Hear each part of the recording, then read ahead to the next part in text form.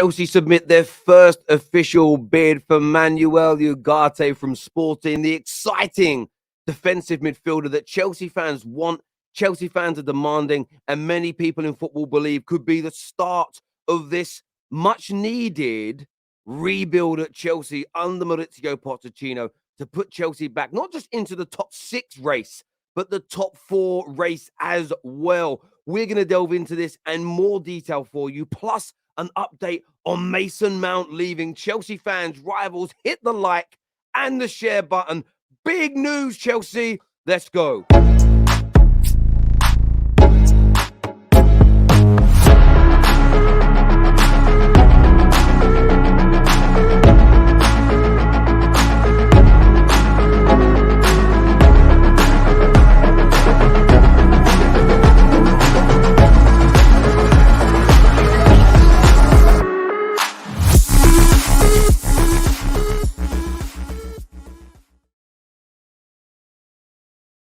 This is arguably the biggest summer in Chelsea's Premier League history.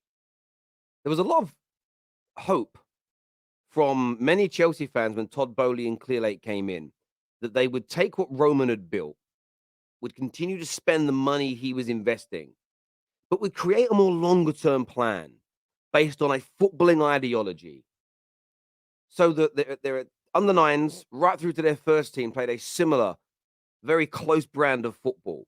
No matter who the manager or head coach was, there was a continuation of projects.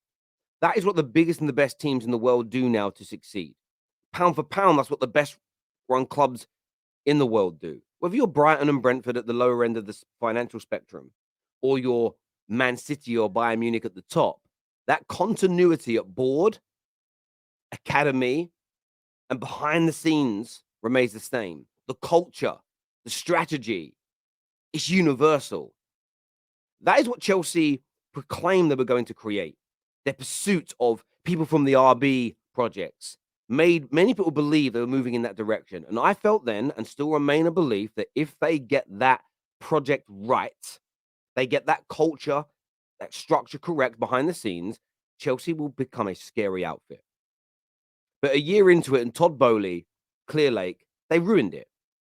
And have damaged anybody's confidence in them, whether you're in or outside Chelsea as a fan.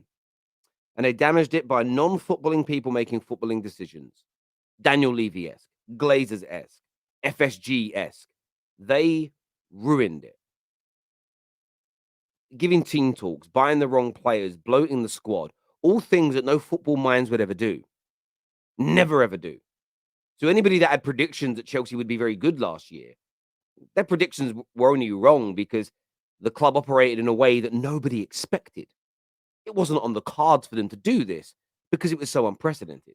And in fact, they've been so crazy at times that some of their quality decisions have been masked. It's too cloudy, you can't see what's going on.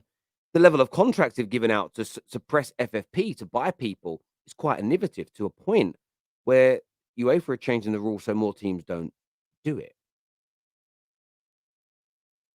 But Manuel Ugarte, a very highly touted, very highly rated DM, 60 million euro offer has been made by Chelsea. But what Chelsea are also doing with this deal, again, they're being innovative. Man United actually are looking to do this with Kim Min-jae. Pay above the buyout clause price to get ahead of rivals. And we never quite know with release clauses when their activation date starts. Kim Min-jae's begins on the 1st of July to the 15th of July. When Haaland was being pursued by everybody and his dog at Dortmund, the valuation and the time period of his buyout clause seemed to change week in, week out. Remember what 2 years ago when Man United were chasing Jadon Sancho? Nobody knew he'd agreed a contract extension, but he had done. So with this deal, Chelsea have offered the 60 million euros, 52 million pound buyout clause, but they are also offering additional payments. Now, these add-ons, some of them will be a guarantee. They'll be based on appearances. They'll be based on how long he plays for the football club, and others will be performance related. What Chelsea are trying to do, very similar with Enzo Fernandez, who I actually think has been a shining light in this very dark time for Chelsea. They're offering a deal in a very similar way that one enables them to structure the deal and pay Sporting over a period of time. Therefore, FFP is less affected in the short term and they still have more money to invest. They clearly want a striker if they can't get Lukaku to work. They're offering more to get ahead of their rivals in this deal, such as PSG. Now, according to the media, and you can only quote what the media is saying, they are stating that Chelsea are willing to pay this, add the buy-on clauses, and a payment structure similar to that of Enzo Fernandez. And that as of right now, Ugarte is favouring a move to the Premier League, and Chelsea may just be leading this race. Now, as I've stated, a lot of Chelsea fans want this player. And Chelsea fans educated me in the last few days over, look, Terry, we understand we need to cut the fat, deflate this squad. But with a player of Ugarte's quality in a position that we have a gaping Grand Canyon-sized hole in, must be filled. We must do that. We have to get that done as a football club. So as I always do, I'll listen to fan bases. I'll read and research myself. Say, okay, you've changed my mind. I change my mind very often on these things when I'm presented with new information or a new way of looking at something. So this deal could be so pivotal for this, as I say, the biggest summer in Chelsea's Premier League history. This rebuild needs to start quickly. All the football decision makers need to be in charge. Clear the fat, bring in 3 or 4 quality players to plug your holes and start that rebuild. Because I watched Chelsea against Man United, and there are some players in there. They can move the ball well. There's a good team in there. They need some killers up front. They need more stability in the midfield. You add that in, and this Chelsea team could be dangerous next year. There's no doubt in my mind. How this deal goes, let's see. A lot of the newspapers in France state that Paris Saint-Germain and Chelsea have launched their bids. Liverpool are also described as ready. Liverpool also linked with this individual. So let's see what happens. There's a lot of people going for him. And that's why Chelsea are going to maybe have to offer a bit more money because they know they've got 2 teams in much better current situations than they are. But it's going to be very intriguing to see which way this deal goes. I want your thoughts and I want your feelings on it. If you want to keep up with the information, download OneFootball. That's what I use. I get so many people say to me, Terry, like, where'd you get all your news from? I haven't seen this anywhere. I use OneFootball because it aggregates the news from multiple sites, multiple search engines, all at the same time.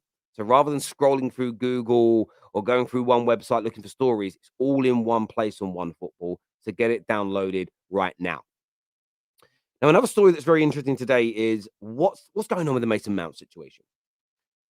Chelsea fans are split with this. I've seen some fuming at the concept that Mason Mount is leaving or could leave, paying what he wants. He's integral to what we want to do. The new manager, Maurizio Pochettino, is desperate for Mason Mount to stay.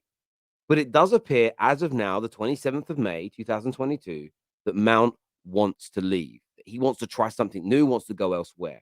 Man United seemingly leading that race from the player's point of view. That is where he would most like to go. He feels that Man United as a club, the manager, the direction that we're going in, the brand of football is ideal for him to thrive, to flourish, and to progress his game. Now, we all know my take on this. If you haven't heard it already, I'll boil it down very quickly. If he's a signing amongst a brilliant summer, so Harry Kane comes in, Caicedo comes in, Kim Min-jae comes in, then I'm kind of happy with Mason Mount because he's better than Scott McTominay in midfield. He's better than Donny van der Beek in an attacking midfield sense. So it is improving our squad.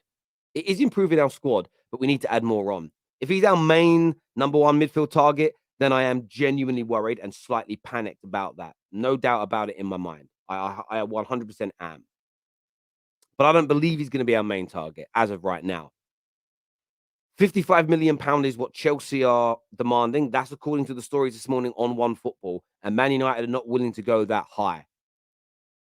Chelsea fans, are you worried you may do this with too many players, ask for too much money, and therefore not deflate this squad?